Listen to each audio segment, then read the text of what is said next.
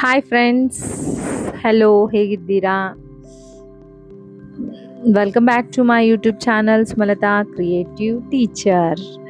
So ಯಾರೆಲ್ಲ ಈ ವಿಡಿಯೋನ ನೋಡ್ತಾ ಇದ್ದೀರಿ, ಸಬ್ಸ್ಕ್ರೈಬ್ ಮಾಡ್ಕೊಂಡಿಲ್ಲ ಅಂದರೆ ದಯವಿಟ್ಟು ಸಬ್ಸ್ಕ್ರೈಬ್ ಮಾಡಿ.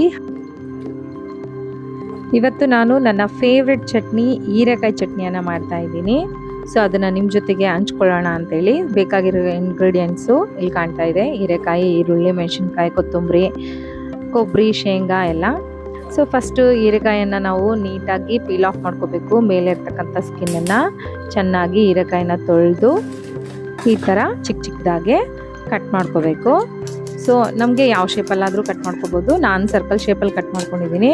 ನಿಮಗೆ ಯಾವ ಚಿಕ್ಕದಾಗಿ ಬೇಕಂದ್ರೂ ಕೂಡ ಕಟ್ ಮಾಡ್ಕೋಬೋದು. ಸೊ ಇದನ್ನು ನಾವು ಮಿಕ್ಸಿಗೆ ಹಾಕ್ಕೊಳ್ಳೋದಲ್ಲ, ನಾವು ಈ ಸೈಜ್ ಬೇಯಿಸೋಕೆ ಈ ಸೈಜ್ ಸಾಕು ಅನಿಸುತ್ತೆ. ಸೊ ಹೀರೆಕಾಯಿ ರೆಡಿ. ಈಗ ಅದಕ್ಕೆ ಬೇಕಾಗಿರ್ತಕ್ಕಂಥ ನೆಕ್ಸ್ಟ್ ಇಂಗ್ರೀಡಿಯೆಂಟು ಈರುಳ್ಳಿ. ಸೊ ಈರುಳ್ಳಿಯನ್ನು ನೀಟಾಗಿ ಎಲ್ಲ ಸ್ಕಿನ್ ತೆಗೆದುಬಿಟ್ಟು ಚೆನ್ನಾಗಿ ಉದ್ದುದ್ನೇ ಮತ್ತು ತೆಳ್ಳಗೆ ಹೆಚ್ಕೋಬೇಕು. ಸೊ ತೆಳ್ಳಗೆ ಹೆಚ್ಕೊಳ್ಳೋದು ಏಕೆ ಅಂತಂದರೆ ಬೇಯಿಸೋಕೆ ನಮಗೆ ಈಸಿಯಾಗುತ್ತೆ ಮತ್ತು ಬೇಗ ಆಗುತ್ತೆ. ಸ್ವಲ್ಪ ದಪ್ಪನೇ ಹೆಚ್ಕೊಂಡ್ರೆ ಸ್ವಲ್ಪ ಟೈಮ್ ತೊಗೊಳುತ್ತೆ. ಸೊ ಹಾಗಾಗಿ ನಾನು ಇದನ್ನು ತೆಳ್ಳಗೆ ಉದ್ದುದ್ಗೆ ಹೆಚ್ಕೊಳ್ತಾ ಇದ್ದೀನಿ. ಸೊ ಈ ರೀತಿಯಾಗಿ ಹೆಚ್ಕೋಬೋದು, ಇಲ್ಲ ನಿಮ್ಗೆ ಯಾವ ರೀತಿ ಆಗುತ್ತೆ ಆ ರೀತಿಯಲ್ಲಿ ನೀವು ಅದನ್ನು ಹೆಚ್ಕೊಂಡು ಸೈಡ್ಗೆ ಇಟ್ಕೊಳ್ಳಿ. ಈಗ ನೆಕ್ಸ್ಟ್ ಇಂಗ್ರೀಡಿಯೆಂಟು ಟೊಮ್ಯಾಟೊನು ಕೂಡ ನೀವು ಒಂದರಲ್ಲಿ 4 ಪೀಸಸ್ ಮಾಡಿ ಅದನ್ನು ನಾವು ಎತ್ತಿಟ್ಕೊಂಡ್ರೆ ಸಾಕು. ನೀವು ಬೇಕಂದರೆ ಇದು ಕೂಡ ನೀವು ಚಿಕ್ಕದಾಗಿ ಕೂಡ ಕಟ್ ಮಾಡ್ಕೋಬೋದು. ಸೊ ನಾವು ಹೇಗೂ ಮಿಕ್ಸಿಗೆ ಹಾಕ್ತೀವಲ್ಲ, ಈ ಸೈಜ್ ನನಗೆ ಸಾಕು ಅನಿಸ್ತು. ಸೊ ಇದನ್ನು ಕೂಡ ನಾವು ಸೈಡ್ಗೆ ಎತ್ತಿಟ್ಕೋಬೇಕು. ನಂತರ ಮೆಣಸಿನ್ಕಾಯಿ, ನಿಮಗೆ ಖಾರ ಎಷ್ಟು ಬೇಕಾಗುತ್ತೆ. ನೀವು ತುಂಬ ಖಾರ ಜಾಸ್ತಿ ತಿನ್ನೋರಾಗಿದ್ದರೆ ಸ್ವಲ್ಪ ಒಂದು 4 ಮೆಣಸಿನ್ಕಾಯಿ ಜಾಸ್ತಿ ತೊಗೊಳ್ಳಿ. ಇಲ್ಲ ಅಂತಂದರೆ ನಾನು ಒಂದು 8ರಿಂದ 10 ಮೆಣಸಿನ್ಕಾಯಿ ತೊಗೊಂಡಿದ್ದೀನಿ. ನೀವು ಬೇಕಂದರೆ ಜಾಸ್ತಿ ಮಾಡ್ಕೋಬೋದು. ಖಾರ ಇಲ್ಲ ನಾವು ಕಡಿಮೆ ತಿಂತೀವಿ ಅಂದರೆ ಕಡಿಮೆನೂ ಒಂದು 2-3 ಮೆಣಸಿನ್ಕಾಯಿ ಕಡಿಮೆ ಕೂಡ ಮಾಡ್ಕೋಬೋದು. ಸೊ ನಾನು ಇದನ್ನು ಒಂದು ಮೆಣಸಿನ್ಕಾಯಲ್ಲಿ 2 ಹೋಳು ಮಾಡಿಕೊಂಡು ಎಲ್ಲನೂ ನೀಟಾಗಿ ತೊಳ್ಕೊಂಡು ಈ ಥರ ಹೆಚ್ಚಿಟ್ಕೊಂಡಿದ್ದೀನಿ. ಇದು ಕೂಡ ಅಷ್ಟೇ, ನಿಮಗೆ ಯಾವ ಶೇಪಲ್ಲಿ ಬೇಕಾದರೂ ಕಟ್ ಮಾಡ್ಕೋಬೋದು. ಸೊ ಹಸಿ ಮೆಣಸಿನ್ಕಾಯಿನ ಹೆಚ್ಕೊಂಡ್ಮೇಲೆ ಅದನ್ನು ಕೂಡ ನಾವು ಒಂದು ಪ್ಲೇಟಲ್ಲಿ ಸೈಡ್ಗೆ ಎತ್ತಿಟ್ಕೋಬೇಕು. ಸೊ ಈಗ ನಮಗೆ ಬೇಕಾಗಿರ್ತಕ್ಕಂಥ ಮೇನ್ ಇಂಗ್ರೀಡಿಯೆಂಟು ಹೀರೆಕಾಯಿ, ಟೊಮ್ಯಾಟೊ ಅದೆಲ್ಲ ರೆಡಿ ಆಯಿತು. ಈಗ ಅದಕ್ಕೆ ನೆಕ್ಸ್ಟ್ ನಾವು ಕೊಬ್ಬರಿಯನ್ನು ಆ್ಯಡ್ ಮಾಡ್ಕೊತಾ ಇದ್ದೀವಿ. ನೀವು ಇಲ್ಲಿ ಒಣ ಕೊಬ್ಬರಿ ಆದರೂ ತೊಗೋಬೋದು ಅಥವಾ ಹಸಿ ಕೊಬ್ಬರಿ ಆದರೂ ತೊಗೋಬೋದು. ಸೊ ಮನೆಯಲ್ಲಿ ತೆಂಗಿನಕಾಯಿ ಇತ್ತು ಹೊಡೆದಿರೋದು. ಸೊ ಹಸಿ ಕೊಬ್ಬರಿ ಸ್ವಲ್ಪ ಟೇಸ್ಟ್ ಚೆನ್ನಾಗಿರುತ್ತೆ, ಫ್ರೆಶ್ ಆಗಿರುತ್ತೆ ಅಂತ ಹೇಳ್ಬಿಟ್ಟು ನಾನು ಕೊಬ್ಬರಿಯನ್ನು ತೊಗೊಂಡು ಅದನ್ನೆಲ್ಲ ನೀಟಾಗಿ ತೆಕ್ಕೊಂಡು ಈ ರೀತಿಯಾಗಿ ಚಿಕ್ಕದಾಗಿ ಕಟ್ ಮಾಡ್ಕೊಳ್ತಾ ಇದ್ದೀನಿ. ನಿಮ್ಮ ಹತ್ರ ಹಸಿದಿಲ್ಲ ಅಂತಂದ್ರೂ ಕೂಡ ನೀವು ಒಣ ಕೊಬ್ಬರಿಯನ್ನು ನೀವು ಚೆನ್ನಾಗಿ ತೆಳ್ಳಗೆ ಕಟ್ ಮಾಡ್ಕೊಂಡ್ಬಿಟ್ಟು ನೀವು ಮಿಕ್ಸಿಗೆ ಹಾಕ್ಕೊಂಡು ನೀವು ಚಟ್ನಿಯಲ್ಲಿ ಸೇರಿಸ್ಕೋಬೋದು. ನನ್ನ ಹತ್ರ ಹಸಿ ಕೊಬ್ಬರಿ ಇದ್ದಿದ್ದರಿಂದ ನಾನು ಕೂಡ ಇದನ್ನು ನೀಟಾಗಿ ಸಣ್ಣಗೆ ಹೆಚ್ಕೊಂಡು ಅದನ್ನು ಕೂಡ ಸೈಡಿಗೆ ತೊಗೊಂಡಿದ್ದೀನಿ. ನೆಕ್ಸ್ಟ್ ಬಂದುಬಿಟ್ಟು ಕೊತ್ತಂಬರಿ ಸೊಪ್ಪನ್ನು ನಾವು ನೀಟಾಗಿ ಬಿಡಿಸ್ಕೊಂಡು ಅದನ್ನು ನೀರಲ್ಲಿ ಹಾಕಿ ಚೆನ್ನಾಗಿ ತೊಳ್ಕೊಬೇಕಾಗುತ್ತೆ. ಇದನ್ನ ಹೀಗೆ ದೊಡ್ಡದಾಗಿ ಹಾಕೋ ಬದಲು ನಾವು ಸ್ವಲ್ಪ ಚಿಕ್ಕದಾಗಿ ಹಾಕ್ಕೊಂಡ್ರೆ ಚೆನ್ನಾಗಿರುತ್ತೆ.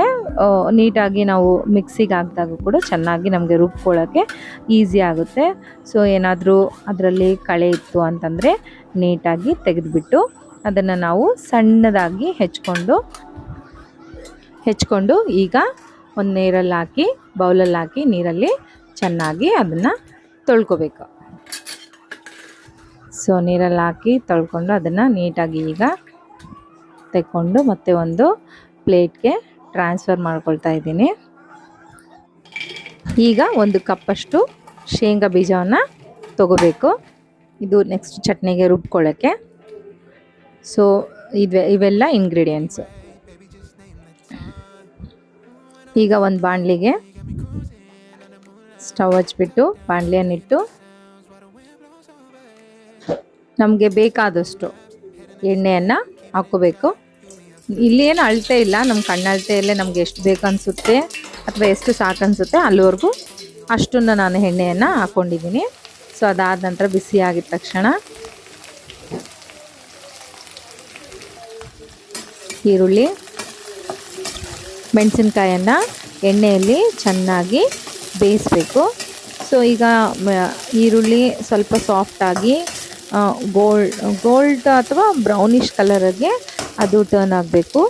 ಅದಾದ ನಂತರ ಈಗ ಹೆಚ್ಚಿಟ್ಕೊಂಡಿರ್ತಕ್ಕಂಥ ಟೊಮ್ಯಾಟೊನ ಇದರಲ್ಲಿ ಸೇರಿಸ್ಕೊಂಡು ಟೊಮ್ಯಾಟೊ ಕೂಡ ತುಂಬ ಸಾಫ್ಟಾಗಿ ಆಗೋವರೆಗೂ, ಅದು ಮೆತ್ತಗೆ ಆಗೋವರೆಗೂ ಅದನ್ನು ಬೇಯಿಸ್ಕೋಬೇಕು. ಸ್ವಲ್ಪ ಉಪ್ಪು ಹಾಕಿಬಿಟ್ಟು ಬೇಯಿಸಿದರೆ ಬೇಗ ಬೇಯುತ್ತೆ.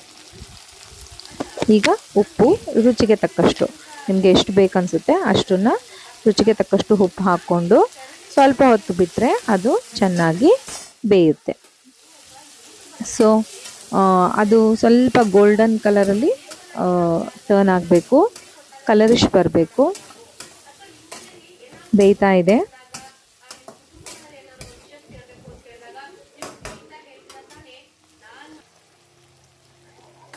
ನಮ್ಮ ಈ ಚಟ್ನಿಗೆ ಮೇನ್ ಇಂಗ್ರೀಡಿಯೆಂಟ್ ಹೀರೆಕಾಯಿ. ಸೊ ನಾವು ಹೀರೆಕಾಯಿ ಚಟ್ನಿ ಮಾಡ್ತಾ ಇದ್ವಲ್ವ, ಸೊ ಕಟ್ ಮಾಡ್ಕೊಂಡಿರ್ತಕ್ಕಂಥ ಹೀರೆಕಾಯಿಯನ್ನು ಈಗ ನಾವು